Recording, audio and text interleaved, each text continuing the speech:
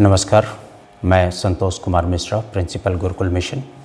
आज एक orientation programme जो नई शिक्षा नीति पर आधारित है, आप सभी अभिभावकों के लिए ये ज़रूरी है समझना कि नई शिक्षा नीति है क्या। सबसे पहले ये बताना चाहूँगा कि भारत में जो सबसे पहले शिक्षा नीति आई वो 1968 में आई और बाद में दोबारा एक शिक्षा नीति लाई गई जो 1986 में आई। और आज मौजूदा ज़रूरतों को देखते हुए भारत सरकार ने 29 जुलाई 2020 को नेशनल एजुकेशन पॉलिसी 2020 को पारित किया। और हमारे देश में हिमाचल प्रदेश वो पहला राज्य है जिसने नई शिक्षा नीति को पूरी तरह से लागू किया है और 2022 तक यह शिक्षा नीति भारत के समस्त प्रदेशों में लागू कर दी जाएगी। देखिए, इस शिक्षा नीति में जो महत्वपूर्ण चीज़ है वो ये समझना है कि शिक्षा नीति का उद्देश्य, विजन क्या है। इस शिक्षा नीति का आखिर लागू करने की आवश्यकता क्यों महसूस की गई और किस उद्देश्य के तहत ये लागू की गई।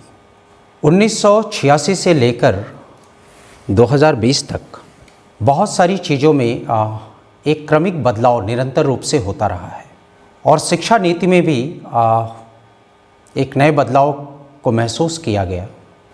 और हमारी भारतीय परंपरा में जो शिक्षा व्यवस्था रही है उसकी जड़ें बड़ी गहरी रही हैं। भारतीय शिक्षा व्यवस्था अपने क्वालिटी के लिए काफ़ी मशहूर रही। आप वैदिक युग में देखें, रामायण महाभारत के प्रकरण में आपने देखा होगा कि हमारी शिक्षा व्यवस्था बहुत ही समृद्धशाली रही है। अनुभव के आधार पर शिक्षा व्यवस्था रही है। आज आवश्यकता महसूस हुई है कि उसी पद्धति पर हम अपनी शिक्षा व्यवस्था को खड़ा करें और अपने विद्यार्थियों को वर्ल्ड क्लास यानी वैश्विक स्तर पर प्रतिस्पर्धी बनाने में सामर्थ्यवान हो।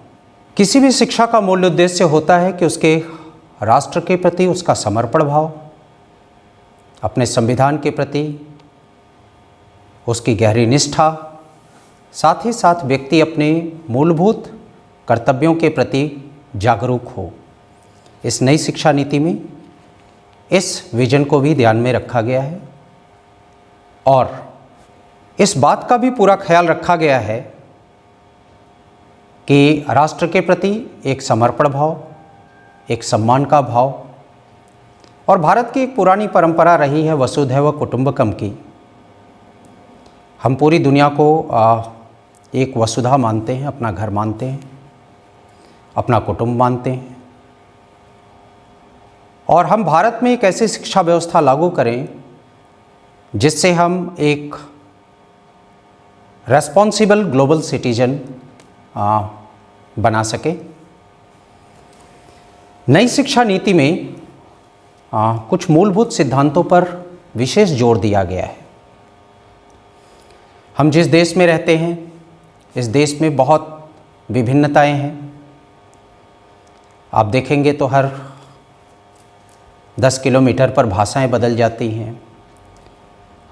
कस्टम और ट्रेडिशन में भी बदलाव काफ़ी बड़े स्तर पर देखा जाता है। तो हम सभी विविधताओं का और रेस्पेक्ट करें, जो इस करिकुलम का एक बड़ा हिस्सा होगा। दूसरा है समाज के सभी वर्गों को समान अवसर प्राप्त हो, चाहे वो आर्थिक स्तर पर हो, लैंगिक स्तर पर हो या दिव्यांगता के स्तर पर हो। सभी को एक समान अवसर उपलब्ध कराए जाएं और उनके लिए उन्हें विभिन्न प्रकार की जो सुविधाएं हैं वो मुहैया कराए जाएं। सबसे बड़ा ज़रूरत है कि समाज का सहयोग हर स्तर पर शिक्षा व्यवस्था में होना चाहिए, जिससे कि शिक्षा व्यवस्था को एक मजबूती प्रदान की जा सके। टेक्नोलॉजी आज की तारीख में, कोरोना काल में आप सभी ने देखा कि टेक्नोलॉजी ही हमारी शिक्षा व्यवस्था को की एक रीढ़ की हड्डी की तरह काम की। यदि आज हमारे पास टेक्नोलॉजी नहीं होती, मोबाइल नहीं होते, नेटवर्क के कनेक्शन नहीं होते, तो शायद कोरोना काल में हम सभी भी जो भी प्रयास कर पाए वो शायद संभव नहीं हो पाता। तो आज की तारीख में शिक्षा व्यवस्था टेक्नोलॉजी ड्रिवन हो गई है और हमें इस पर विशेष रूप से महत्व देना होगा। सभी को टेक्नोलॉजी का सार्थक और सकारात्मक उपयोग सीखना होगा। अक्सर हम ऐसा देखते हैं कि शिक्षा प्रणाली में हमारा सबसे ज़्यादा जोर होता है कि रटकर सीखा जाए, लेकिन अब नई शिक्षा नीति का जो मूलभूत आधार होगा वो समझकर कॉन्सेप्ट को पूरी तरह से अनुभव करके और इस रटने की परंपरा से मुक्ति दिलाने वाली होगी। दूसरा, हर बच्चा एक योग्यता लेकर पैदा होता है। इस नई शिक्षा नीति के अनुसार हम उसकी योग्यता की पहचान करने में सक्षम होंगे। बच्चे में जो कुछ भी बेहतरीन है उसे और बेहतरीन बनाया जाए, उसे पहचाना जाए और वो उसका गुण बच्चे के विकास में सकारात्मक भूमिका निभाए। क्रिटिकल थिंकिंग को और क्रिएटिविटी को बहुत बल दिया गया है। अक्सर ऐसा देखा जाता है कि बच्चों में तार्किक क्षमता का होना बेहद ज़रूरी है और जीवन के विभिन्न आयामों में ये तार्किक क्षमता का होना उसके लिए एक मजबूती प्रदान करता है। और इन सब के साथ साथ बच्चे का समयानुसार और निरंतर एक रिव्यू प्रक्रिया से गुजारा जाएगा, जिससे कि यह असेसमेंट होता रहे कि बच्चे में किस स्तर पर डेवलपमेंट आ रहा है। हम सभी पुरानी शिक्षा पद्धति में 10-2 की व्यवस्था से परिचित हैं और इस 10-2 की व्यवस्था में एक बच्चा 6 साल की उम्र में पहली कक्षा में प्रवेश लेता था और फिर वो 12वीं तक की पढ़ाई करके स्कूल से स्कूली शिक्षा को छोड़कर कॉलेज या यूनिवर्सिटी की शिक्षा व्यवस्था में जाता था। अब नई शिक्षा पद्धति के अनुसार हम 5 धन 3 धन 3 धन 4 की बात करते रहे हैं। 5 में हम अपनी शिक्षा व्यवस्था फाउंडेशन कोर्स की बात कर रहे हैं। फाउंडेशन में हम 3 साल के बच्चे से लेकर 8 साल की उम्र तक उस बच्चे को फाउंडेशन में हम रख रहे हैं।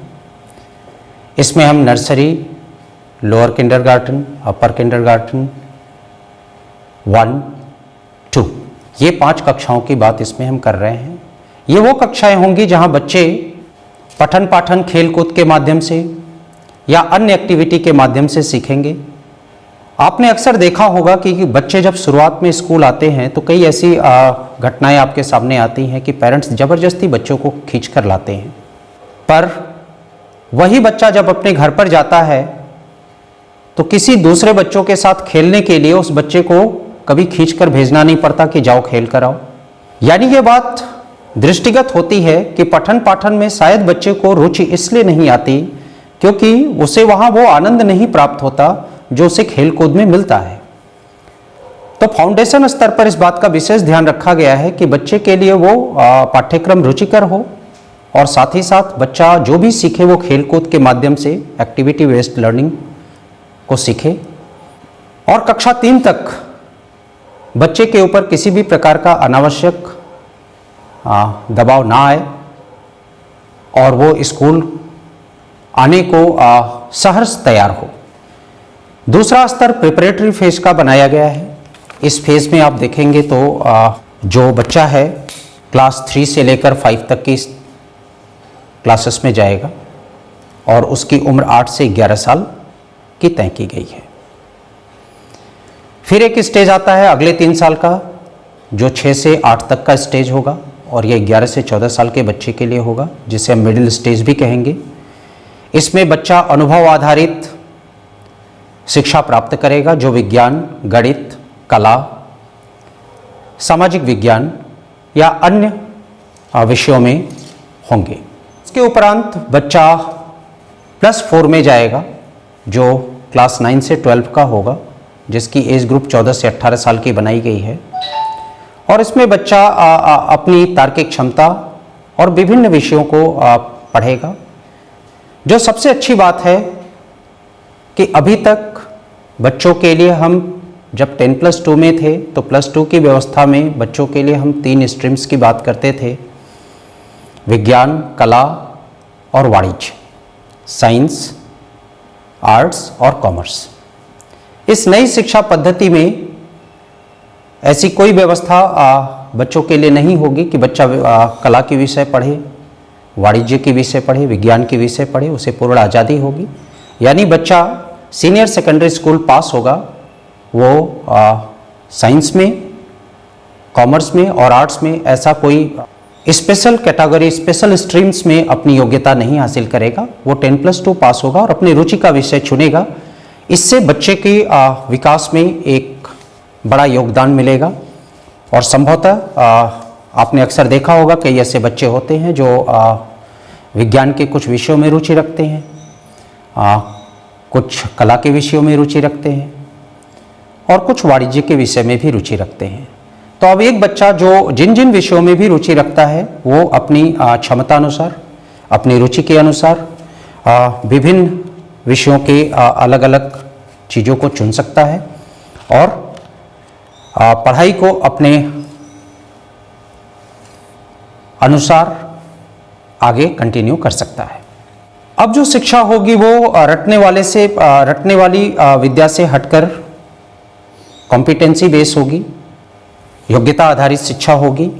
और इसमें जो सबसे बड़ा चीज़ होगा कि करिकुलम को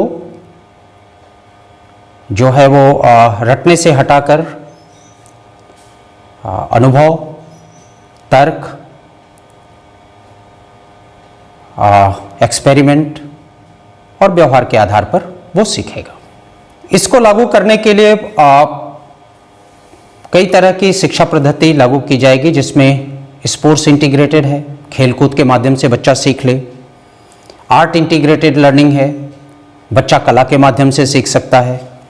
मैं इसे बताते हुए यह आपको बताना चाहूँगा कि कई बार जब हम किसी भी चीज़ को आर्ट फॉर्म में देखते हैं तो वो हमारे जेहन में बहुत जल्दी समा जाता है और हमें समझ में आता है और फिर उस पर हम अपनी तर्क शक्ति का प्रयोग भी कर पाते हैं।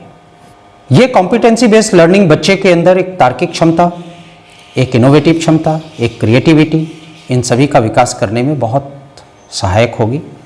और मुझे लगता है कि इससे बच्चे की स्व पर भरोसा काफ़ी ज़्यादा कायम होगा और वो शिक्षा जो व्यक्तित्व को भरोसेमंद बना सके, वो शिक्षा जो व्यक्तित्व को एक आकार दे सके, वो शिक्षा जो आपको एक कॉन्फिडेंस दे सके, वो एक बेहतरीन शिक्षा होती है। और ये कॉम्पिटेंस बेस्ड लर्निंग इसका एक महत्वपूर्ण पहलू होगा। हम सभी अक्सर ये देखते आए हैं कि भारत में अक्सर बच्चे स्कूल की तरफ जाते ही नहीं, या जाते भी हैं तो बीच में पढ़ाई छोड़ देते हैं।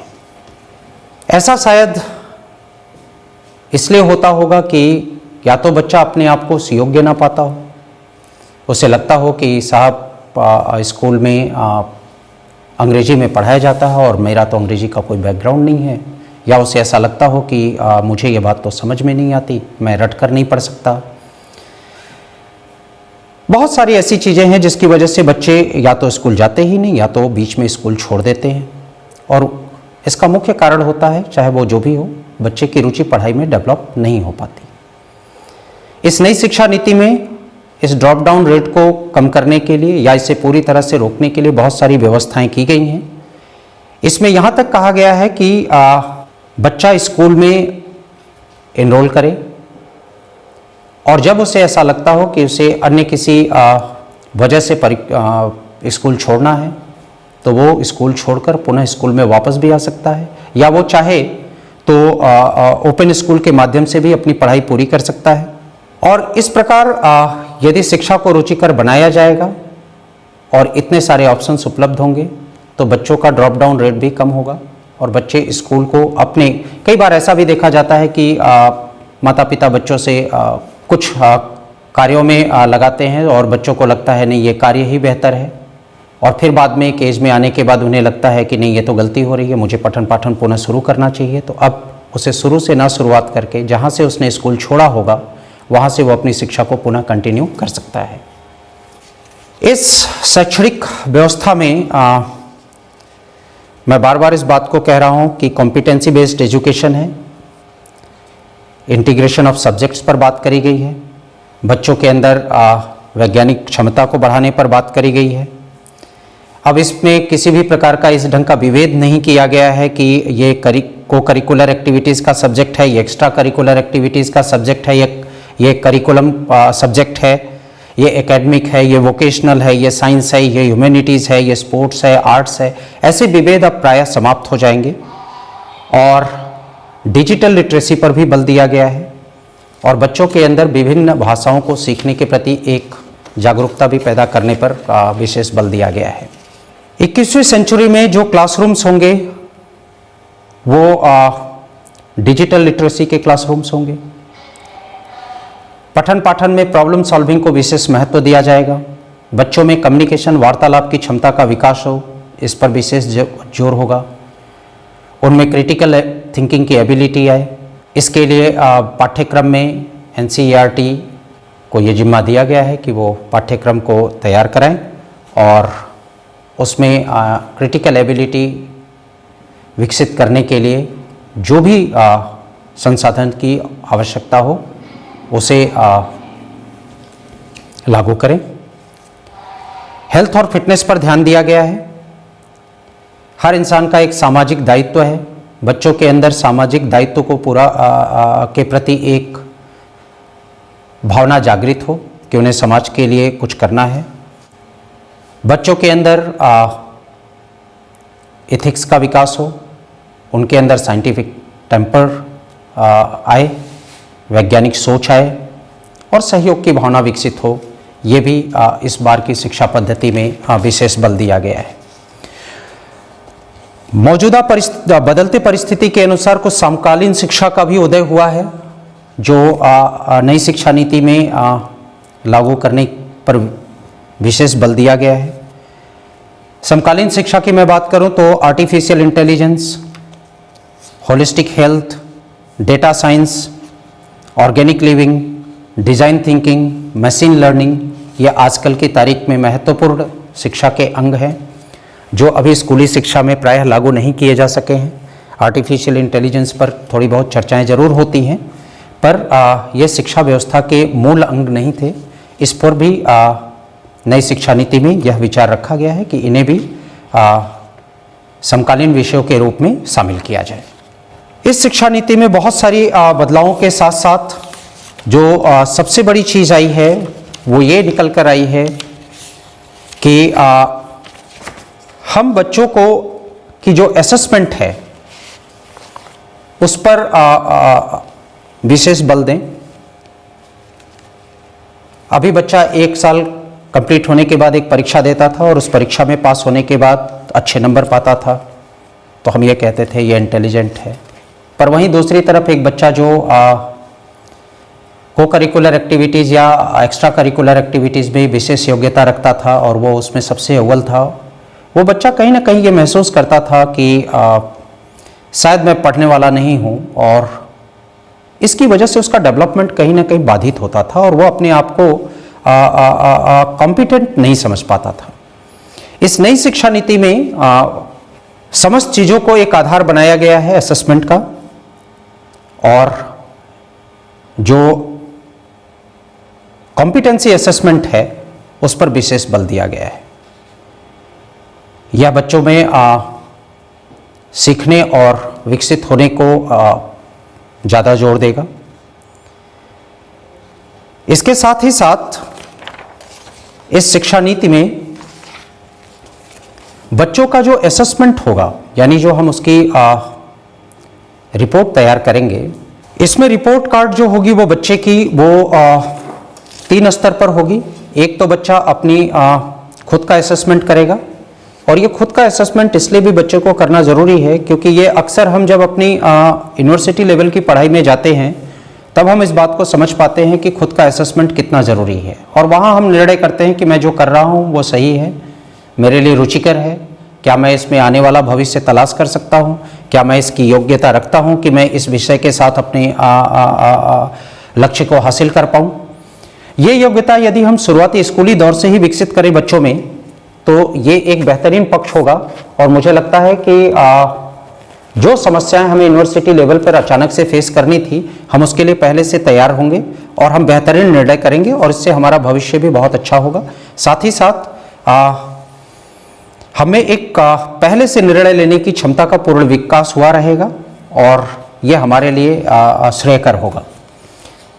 तो पहला है कि बच्चा अपना स्वयं का असेसमेंट करेगा, फिर बच्चे के क्लासमेट्स, उनके सहपाठी उनका असेसमेंट करेंगे।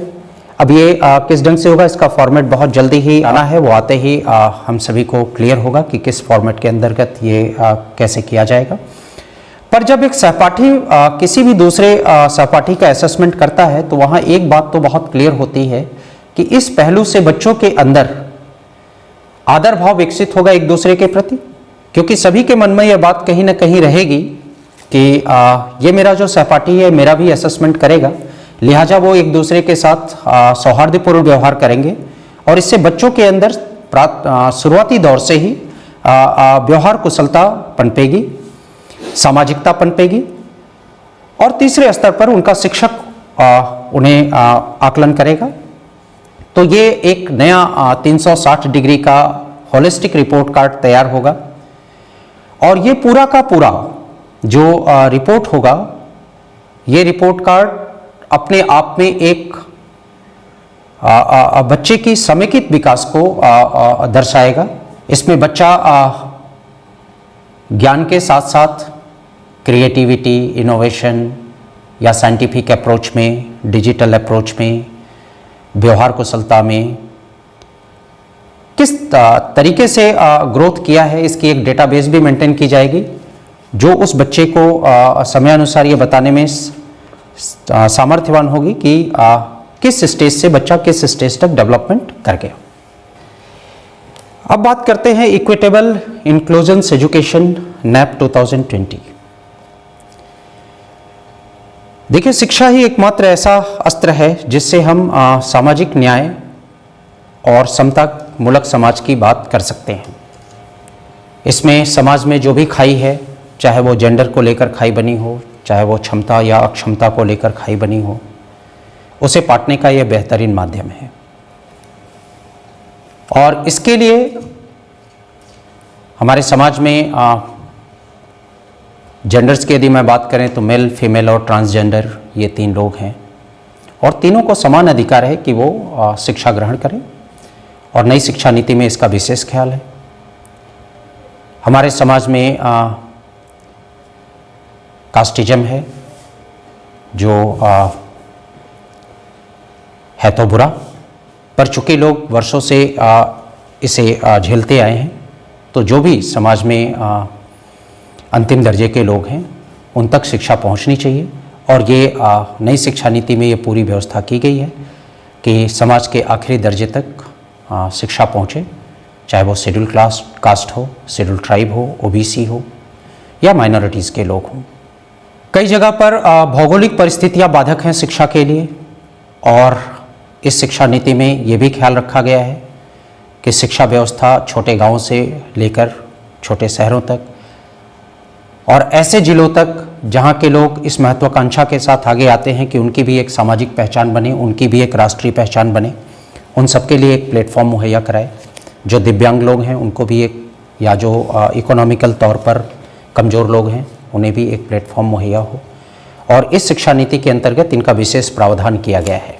इस शिक्षा नीति में चूँकि एक विशेष प्रकार की व्यवस्था की गई है ताकि टीचर्स भी अपनी कॉम्पिटेंसी को बढ़ा सके और नई शिक्षा नीति के अनुसार वो भी योग्यता हासिल कर सकें, ताकि वो इस शिक्षा नीति को पूरी तरह अंगीकृत करें और इस अनुसार वो बच्चों के पठन पाठन को सुनिश्चित करें।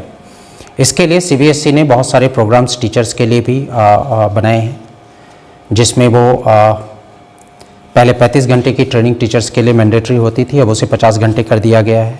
CBSE ने 10 मिनट के मॉक क्लासरूम्स डेमोन्स्ट्रेशन भी बनाए हैं। शिक्षक को भी इस नई शिक्षा नीति के अनुसार अपने को तैयार करना होगा, ताकि वो बच्चों को बेहतर तरीके से चीज़ें बता सकें। हम लोगों ने करिकुलम इनिशिएटिव्स की बात कर ही ली कि आर्ट और स्पोर्ट्स के जरिए कैसे एजुकेशन को दें, ठीक है। इसके साथ साथ हम लोग आर्ट्स के जरिए किस तरीके से चीज़ों को करें। मैथमेटिक्स एंड हिंदी, इंग्लिश और संस्कृत, यानी मल्टीलिंगुअल, और साथ ही साथ क्रिएटिव एबिलिटी पर भी बल देने की बात की गई है। वोकेशनल कोर्सेज़ की बात की गई है। वोकेशनल कोर्सेज़ 6 से 8 तक के बच्चों के लिए होगा। इसमें ये बच्चे अपने रुचि की कोई भी चीज़ सीख सकते हैं। कारपेंटरी है, गुड्डे गुड़िया बनाने की चीज़ें हैं, सिलाई कढ़ाई है, पेंटिंग है, ऐसी तमाम सारी चीज़ें जो एक रोज़गार परक शिक्षा का अंग बन सकती हैं, इन सब पर विशेष बल दिया गया है और ये इन बच्चों के लिए मैंडेटरी होगा। साथ ही साथ शिक्षा बच्चों को नई शिक्षा नीति के अनुसार यह कहा गया है कि यदि उनकी लोकल लैंग्वेज में वो शिक्षा दी जाए तो बेहतर है, या फिर राष्ट्रीय भाषा में वो शिक्षा दी जाए, और अंग्रेजी भाषा में भी शिक्षा दी जा सकती है, पर ज़्यादा बल लोकल लैंग्वेज और राष्ट्रीय भाषा पर दिया गया है। मैं अंत में एक छोटी सी समरी के साथ इस पूरी चीज़ को आपके सामने रखना चाहूँगा। जो नई शिक्षा नीति 2020 है, ये नेशनल एजुकेशन पॉलिसी 2020, इसमें 5+3+3+4 पर विशेष बल दिया गया है। बच्चों को उनके लोकल लैंग्वेज में या राष्ट्रीय भाषा में पढ़ाया जाए। राष्ट्रीय स्तर पर एक करिकुलम हो जिसमें लोकल स्तर की जो मूलभूत चीज़ें हैं उनको भी जगह दी जाए। समाज में हर तबके को शिक्षा उपलब्ध हो, समान रूप से उसके अवसर उपलब्ध हों, इस पर विशेष बल दिया गया है।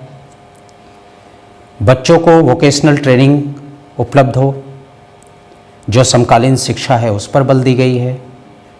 बच्चों के रिपोर्ट कार्ड बनाने की प्रक्रिया बदली गई है। अब जो पहली व्यवस्था है 5 की, वो मीन्स नर्सरी, LKG, UKG 1, 2, 3, 1 और 2 की, नर्सरी, LKG, UKG 1 और 2 की, वो बच्चे के लिए खेलकूद के जरिए ही ये शिक्षा दी जाएगी। उसमें बच्चा विभिन्न एक्टिविटीज़ में पार्टिसिपेट करके चीज़ों को सीखेगा। जो रिपोर्ट कार्ड प्रिपरेशन है उसमें मैंने जैसे आपको बताया कि बच्चा सबसे पहले स्वयं का असेसमेंट करेगा, उसके बाद उसके साथी और फिर शिक्षक। तो ये मूल रूप से एक नई शिक्षा पद्धति का एक आकलन है जो आप सभी अभिभावकों को जानना चाहिए, ताकि आने वाले समय में हम अपने बच्चों को उस तरीके से माहौल दे पाएँ कि उनमें भी वो एबिलिटी विकसित हो। क्योंकि यदि हम ऐसा नहीं कर पाएंगे, इन चीज़ों से अवगत नहीं होंगे, तो हम तो अभी भी उन्हीं व्यवस्थाओं पर लगे रहेंगे कि इसे याद कर जाओ और ये आपको परीक्षा में अच्छे नंबर दिलाएगा, और नंबर आधारित शिक्षा पर ही हमारा सारा ध्यान केंद्रित होगा। तो इस उद्देश्य के साथ आज का ये ओरिएंटेशन प्रोग्राम नई शिक्षा नीति पर, राष्ट्रीय शिक्षा नीति 2020 पर आप सभी अभिभावकों के लिए किया गया।